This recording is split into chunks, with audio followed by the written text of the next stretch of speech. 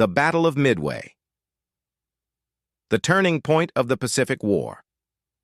The wind off the Pacific carried with it the breath of destiny. On the morning of June 4, 1942, as the sun rose above the coral atolls of the Midway Islands, the stage was set for one of the most decisive naval battles in human history. Thousands of miles from home, amidst the deep blue vastness of the ocean, the fates of empires and the direction of the Second World War would be determined in a matter of hours. It began not with fire, but with intelligence. Deep in a cramped basement at Pearl Harbor, American cryptanalysts had been piecing together the unbreakable, Japan's naval code, JN-25. The breakthrough came not from brute computing power, but from a clever ruse. Commander Joseph Rochefort and his team had suspected that a Japanese target known as AF referred to Midway Island, but they needed proof. At their direction, the base at Midway broadcast a false message. Its water purification system had broken down. Hours later, Japanese intercepts reported that AF was short on water. The trap was confirmed. With this crucial insight, Admiral Chester W. Nimitz, Commander-in-Chief of the Pacific Fleet, sprang into action. He had only a fraction of Japan's power: 3 carriers, USS Enterprise, USS Hornet, and the hastily repaired USS Yorktown. The Japanese, led by Admiral Isoroku Yamamoto, were bringing 4 carriers: Akagi, Kaga, Soryu, and Hiryu, along with a vast armada of battleships, cruisers, destroyers, and support vessels. But Nimitz had something Yamamoto lacked: knowledge of enemy movements and the element of surprise. At 4:30 a.m. on June 4th, Japanese aircraft lifted off from their carriers to strike Midway Island. Waves of Zero fighters, Val dive bombers, and Kate torpedo planes swept across the sky toward the American base.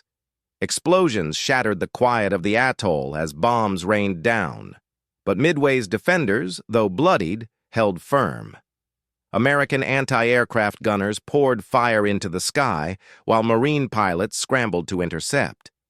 As the smoke cleared, Japanese commanders aboard the carriers believed Midway had been sufficiently softened, but they didn't know that American carriers were already closing in from the northeast. What followed was a day of chaos, bravery, luck, and tragedy. At 7 a.m., Japanese scout planes finally located an American carrier force. Vice Admiral Chuichi Nagumo, in command of the Japanese strike group, faced a dilemma. He had already armed his planes for a second strike on Midway. Now, with enemy carriers approaching, he needed to rearm them for a naval battle. As hangar crews scrambled to switch torpedoes for armor-piercing bombs, flight decks were cluttered with munitions, aircraft, and fuel lines, a volatile setup ripe for disaster. American planes were already converging. First came the torpedo bombers, obsolete, slow, and flying low over the waves. Squadrons from Hornet, Enterprise, and Yorktown attacked in succession. They were slaughtered. Japanese fighters pounced, tearing through the unescorted torpedo planes. Squadron after squadron was decimated. Of 41 torpedo bombers launched, only a handful survived. But their sacrifice achieved something no one had predicted. It drew down the combat air patrol of Japanese Zeros to sea level. Then, at 10:22 a.m., American dive bombers arrived, unseen and unchallenged. From high above the clouds, squadrons from Enterprise and Yorktown plunged into a maelstrom of smoke, chaos, and opportunity. The Japanese carriers were vulnerable, flight decks packed with armed aircraft and exposed fuel lines. The sky rained bombs. In minutes, the course of the war changed. Akagi, Kaga, and Soryu were struck in rapid succession. Flames erupted as bombs tore through decks and hangars. Explosions rippled through the hulls, igniting ammunition and aviation fuel. Within hours, all 3 carriers were fatally crippled. Japanese sailors leapt into the sea. Commanders gave the order to abandon ship. The pride of the Imperial Navy was sinking into the depths. Only one Japanese carrier remained, Hiryu. Furious and defiant, she launched a counterattack. Her planes found Yorktown and struck with precision. The carrier, already damaged at Coral Sea weeks earlier, took torpedo and bomb hits, listing heavily. Fires broke out. For a time, it seemed Yorktown might survive. Damage control teams fought valiantly, but Heroes struck again, sealing her fate. Yet Yorktown's sacrifice was not in vain. That afternoon, dive bombers from Enterprise located Heroes and dealt the final blow. Bombs tore through her flight deck. Fires erupted below. The last of Yamamoto's carriers was mortally wounded. By the evening of June 4th, the Japanese carrier force was broken. In total, Japan lost 4 carriers, over 300 aircraft, and many of its most experienced pilots. The heart of the First Air Fleet, trained, seasoned, and irreplaceable, was gone. Yamamoto, realizing the extent of the disaster, called off further operations. The invasion of Midway was canceled. The Japanese fleet withdrew into the Pacific mists, stunned and bloodied. The United States, by contrast, lost only 1 carrier, Yorktown, and a destroyer. Though the cost had been high in lives and courage, the strategic victory was immense. Midway was not just a battle, it was a turning point. Until that moment, Japan had advanced relentlessly across the Pacific, sweeping aside resistance from Burma to New Guinea. Midway halted that tide. From that day forward, the initiative shifted to the United States. No longer reacting, the U.S. Navy would go on the offensive, at Guadalcanal, the Solomon Islands, the Gilberts, the Marshalls, and ultimately the doorstep of Japan itself. The Battle of Midway revealed many truths. It proved the power of intelligence and the value of calculated risk. It showcased the bravery of pilots who flew into hell with full knowledge of the odds. And it shattered the illusion of Japanese invincibility. Beneath the waters where the great carriers fell, the ghosts of Midway still drift, a solemn reminder of a day when the Pacific held its breath and the world changed forever. Midway was not merely a dot in the ocean, it was the final forward outpost before Hawaii. If Japan took Midway, they could threaten Pearl Harbor again and force the United States into a humiliating peace. Their victory at Pearl Harbor had been dazzling, but incomplete. Yamamoto wanted to finish what he had started. Yet, in that overconfidence lay the seeds of disaster. As June 3rd turned into June 4th, the tension aboard the American carriers was thick enough to cut with a knife. Below decks, sailors whispered prayers. Pilots rehearsed their attack runs in silence. Across the sea, Japanese carrier decks bustled with disciplined precision. Flight crews meticulously prepared the first wave. Bombers, fighters, torpedo planes, all loaded and ready to strike Midway Island. At 4:30 a.m. on June 4th, Japanese carriers began launching the assault on Midway. The air was filled with the roar of engines and the shriek of propellers as dozens of aircraft rose into the morning sky. Midway was pounded by bombs and fire, but it held. American defenders, though outnumbered, fought back with grit. Even as runways burned, they launched what planes they could, old slow fighters like the Brewster Buffalo against agile Japanese Zeros. It was a massacre in the air, but the defenders bought precious time. Unbeknownst to the Japanese, American carriers were lying in wait northeast of Midway. As Japanese commanders debated a second strike on the island, American carrier-based aircraft were already closing in. What followed was chaos. Waves of American aircraft were launched in waves, clumsy and uncoordinated but relentless. First came the Midway-based planes, B-26 Marauders, B-17 Flying Fortresses, and Navy PBY Catalinas, harassing the Japanese fleet from long range. They scored no hits, but they forced the Japanese to maneuver, to stay alert, to burn fuel and patience. Then came the carrier-based torpedo bombers. Flying at wave-top level, these slow-moving TBD devastators from Hornet and Enterprise went in without fighter cover. Japanese Zeros dove from the clouds and ripped through the formations. It was a slaughter. Entire squadrons were wiped out. Hornet's Torpedo Squadron 8, under Lieutenant Commander John Waldron, pressed their attack alone after becoming separated from the main force. Every plane was shot down. Not a single torpedo hit its mark. Of Waldron's men, only one, Ensign George Gay, survived, floating in the sea, witnessing the battle unfold from the waves. And yet, in that sacrifice lay salvation. The Japanese combat air patrol had been drawn low by the torpedo attacks. Fighters were chasing shadows across the sea. The skies above the Japanese fleet were momentarily clear.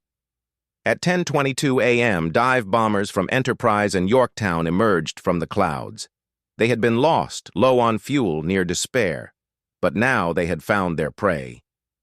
The Japanese carriers, Akagi, Kaga, and Soryu, were exposed.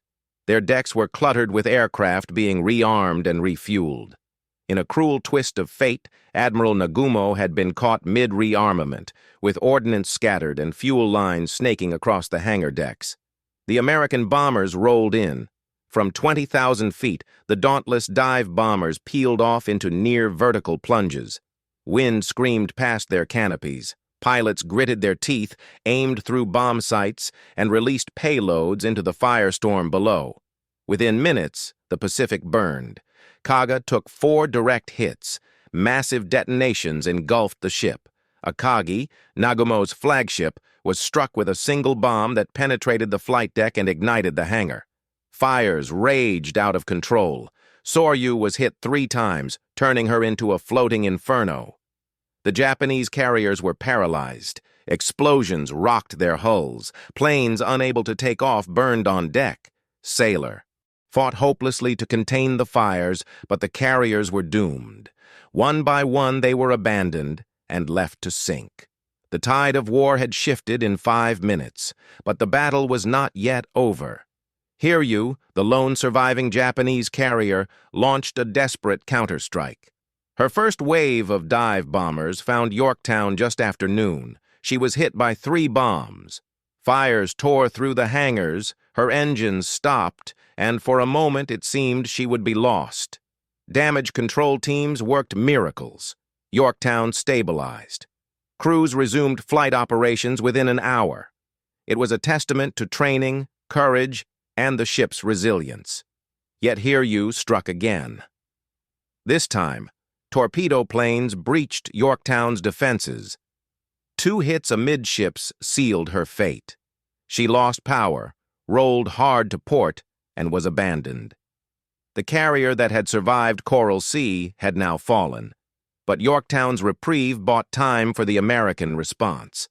Aircraft from Enterprise and Hornet tracked down Hiryu late in the afternoon. She, too, was caught launching aircraft. 4 bombs struck her flight deck. Fires exploded from within. That night, Hiryu was scuttled. Her surviving crew were picked up by Japanese destroyers.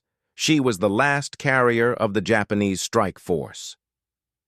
By dawn on June 5th, the balance in the Pacific had been redrawn. 4 Japanese fleet carriers, veterans of Pearl Harbor, now lay beneath the waves. Over 3,000 sailors and airmen had perished. Dozens of elite pilots, trained since the 1930s, irreplaceable in their skill, were gone. Yamamoto's plan had not only failed, it had backfired spectacularly. He had hoped to lure the U.S. Navy into a trap.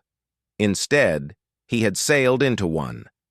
The Americans had paid dearly, but the cost had purchased something priceless: momentum. Yorktown, though lost, had stood long enough to help destroy Hiryu. The carriers Enterprise and Hornet returned to Pearl Harbor as heroes. The cryptanalysts at Station HYPO were vindicated. Their silent war of code-breaking had changed the tide of battle. Admiral Nimitz knew what Yamamoto did not, and with that knowledge, he had delivered a crushing blow to Japanese ambitions. The battle's legacy would stretch far beyond 1942.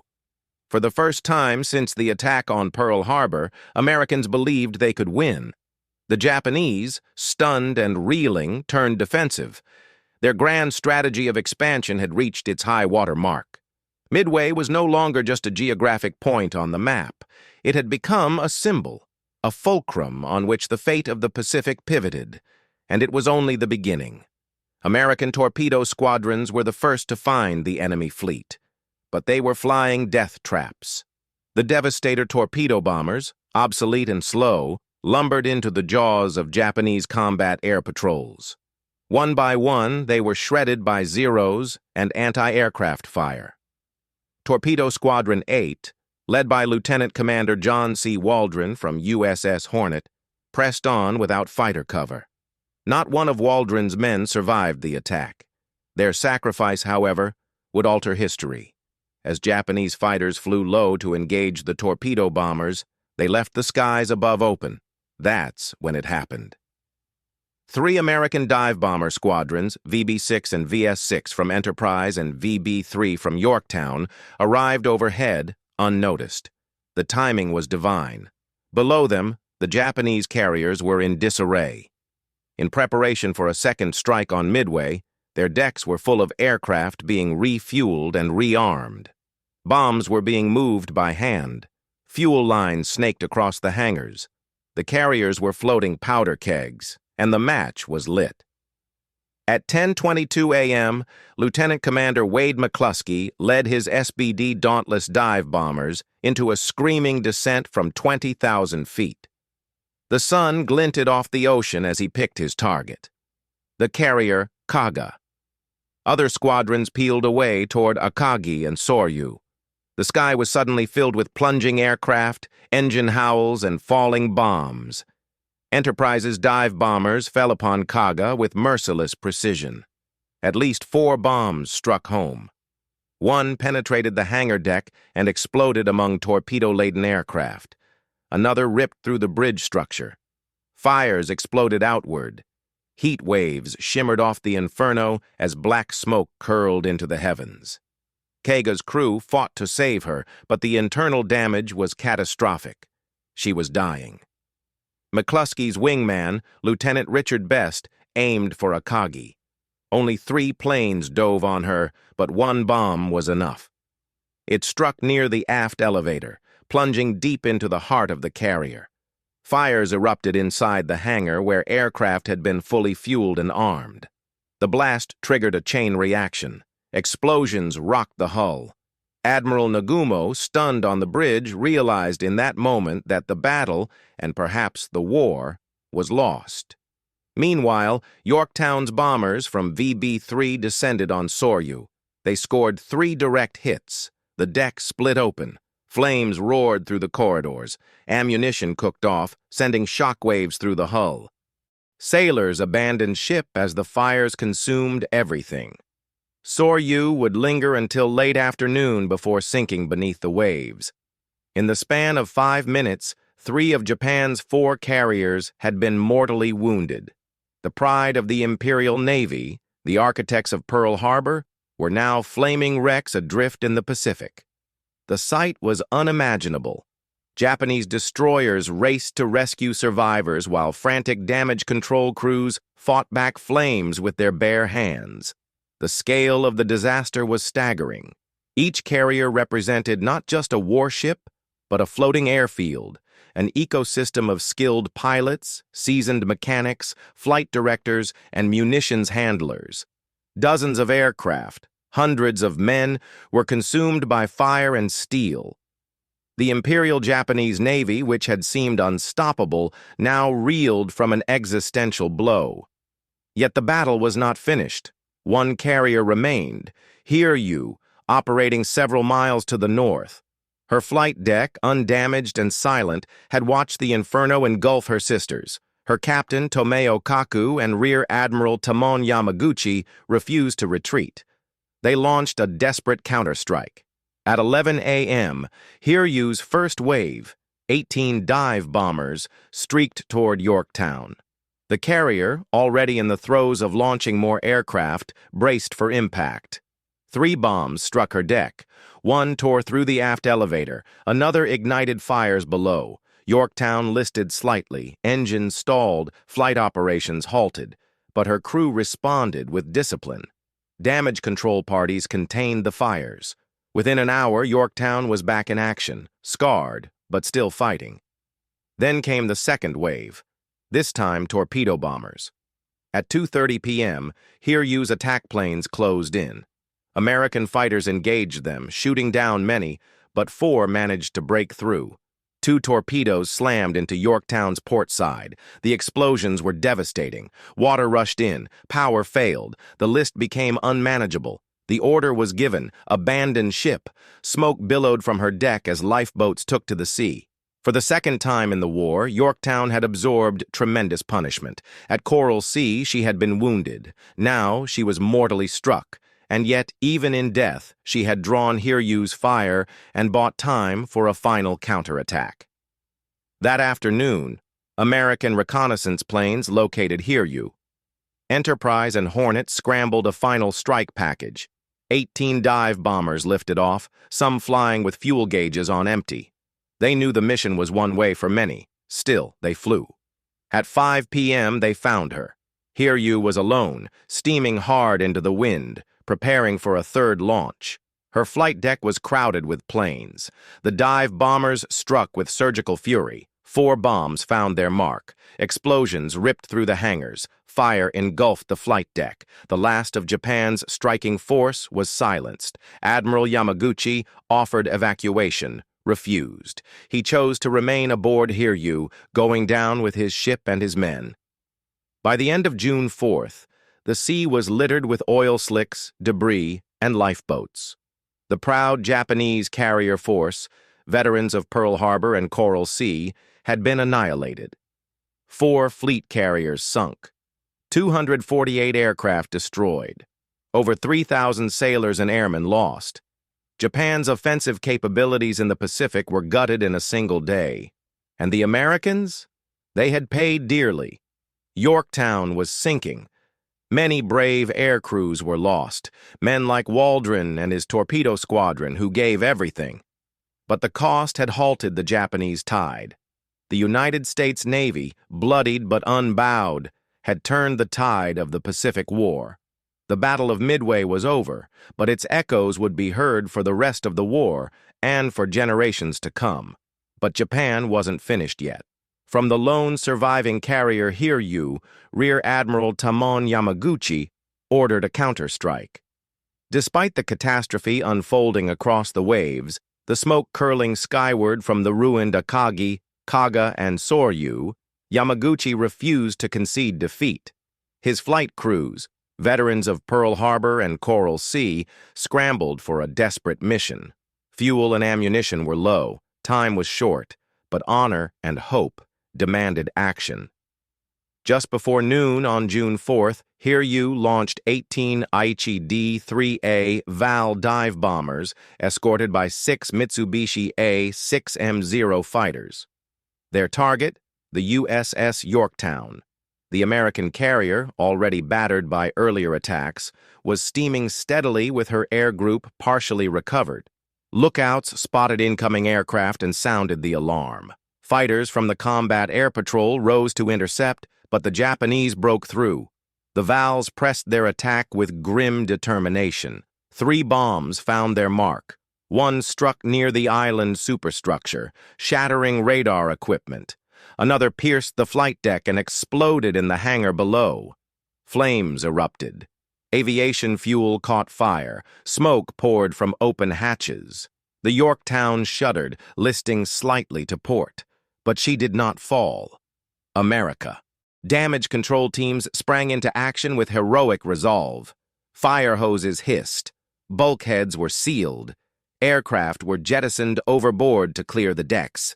Within an hour, the fires were under control. Systems began to come back online. Against the odds, Yorktown survived the first strike, but fate was not finished. At 2:30 p.m., a second wave from Hiryu arrived, this time Nakajima B-5N Kate torpedo bombers. The defenders were ready, and flak filled the air. American Wildcats took to the sky. Several attackers were shot down, but 4 torpedo planes evaded the gauntlet. 2 torpedoes slammed into Yorktown's hull on her port side. The impact was devastating. The great carrier groaned, staggered, and listed heavily. Power failed. The propulsion system died. Water rushed through the ruptured compartments. The damage was too great. The order was given to abandon ship. Lifeboats and rafts were deployed. Men slid down ropes into the sea. Smoke clung to the waves. Yorktown, wounded and still burning, drifted silently as sailors looked back in disbelief. A floating fortress brought low by a single enemy still standing. But even as the Yorktown sank into stillness, her loss had not been in vain. Her sacrifice had drawn the full wrath of WWII's air group, leaving the American carriers Enterprise and Hornet untouched and ready. Scouts had finally found WWII, steaming northeast in an attempt to regroup. The time had come to strike the final blow. At 4 p.m., American Dauntless dive bombers from Enterprise and Yorktown, many of them low on fuel, some flying in from makeshift rendezvous points, set off on their final mission. The sun hung low in the sky as they spotted the last Japanese flat top. On her deck, aircraft were being readied for another launch. Flight crews moved quickly, but they never had a chance. The Americans came in fast and high. At 5:03 p.m., 4 bombs found their mark. One struck the forward elevator, another exploded mid-hangar. Fuel ignited, flames raced across the flight deck. The hangar became an inferno. A magazine detonated, blasting debris skyward. Men leapt into the sea as fire chased them. WWII, proud and defiant to the end, was mortally wounded. Yamaguchi, refusing evacuation, chose to die with his ship. His sacrifice would become legend, but his carrier would soon follow the others into the abyss. By nightfall, the Pacific was quiet again. All 4 of Japan's frontline carriers, Akagi, Kaga, Soryu, and now WWII, were gone. Their charred hulks slipped beneath the waves, taking with them over 3,000 Japanese sailors and aviators. The carriers that had bombed Pearl Harbor, that had stormed across the Pacific with a seemingly unstoppable wave of power, were now iron coffins on the ocean floor. It was more than a tactical loss.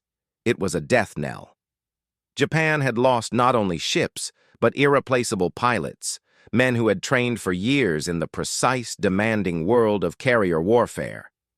These were the Navy's finest, the tip of the spear, the veteran warriors of Coral Sea, Pearl Harbor, and the Chinese coast. They died en masse, scattered across the waves, their knowledge and experience gone forever. In the factories and flight schools of Japan, replacements were already being trained, but they would be younger, greener, less prepared. In contrast, the United States, though bloodied, had taken a different kind of wound. 1 carrier lost. Yorktown. 1 destroyer. 307 dead. The price had been steep, but the return was immeasurable. The Pacific had shifted. The myth of Japanese invincibility had been shattered. Midway was more than a battle. It was a resurrection. Just 6 months after the devastation of Pearl Harbor, the United States Navy had struck back with lethal precision. It had cracked Japan's code, read its intentions, and outmaneuvered one of the most complex naval operations in history. Through sacrifice, daring, and intelligence, the tide of the Pacific War had begun to turn. Back in Tokyo, Admiral Isoroku Yamamoto sat in silence as the news filtered in. Each report delivered another blow. Akagi, lost. Kaga, lost. Soryu, gone. WWII, burning. He had gambled everything, his best ships, his finest air crews, his most elaborate plan, and he had lost it all. His strategy, though brilliant on paper, had failed in execution. He had underestimated American resolve. He had placed too much trust in radio silence and too little in security. He had failed to anticipate the power of code breaking, the reach of reconnaissance, and the willingness of a desperate navy to fight against the odds. Midway marked the end of Japanese expansion. Never again would Japan seize new territory in the Pacific. From this point on, they would fight defensively, retreating, fortifying, and bleeding out across distant islands. For the United States, Midway was the beginning. The carriers had survived. The spirit had endured. And now, the long road toward Tokyo had begun. One battle, one island, one sacrifice, at a time. The Pacific would never be the same. For the men who fought and died that day, Midway was more than strategy. It was terror, chaos, courage, and sacrifice. It was Ensign George Gay, floating alone in the sea after watching his squadron wiped out. It was Lieutenant Dick Best, coughing blood from caustic oxygen, yet diving into hell to strike Akagi. It was signalmen blinking urgent messages into the flames. It was destroyers picking up soaked, shell-shocked pilots from the waves. It was death, and it was deliverance. The Battle of Midway did not end the Pacific War, but it made victory possible. It stopped Japanese expansion cold. It bought time. It galvanized the American war effort. In its wake, a new momentum was born, one that would carry U.S. forces through Guadalcanal, Tarawa, Saipan, Leyte Gulf, Iwo Jima, and finally, Okinawa and Tokyo Bay. And so, amidst the fire, steel, and salt of June 1942, a handful of men aboard a few ships changed the course of world history. The Pacific was still vast, the war still long, but the myth of Japanese invincibility had been shattered. Midway was more than a battle. It was a miracle of timing, intelligence, bravery, and fate. It proved that a smaller force, armed with knowledge and courage, could defy the odds and win. Even now, the echoes of Midway ripple through history, across the waves where four giants of steel lie silent beneath the sea, bearing witness to the moment when the rising sun began to set.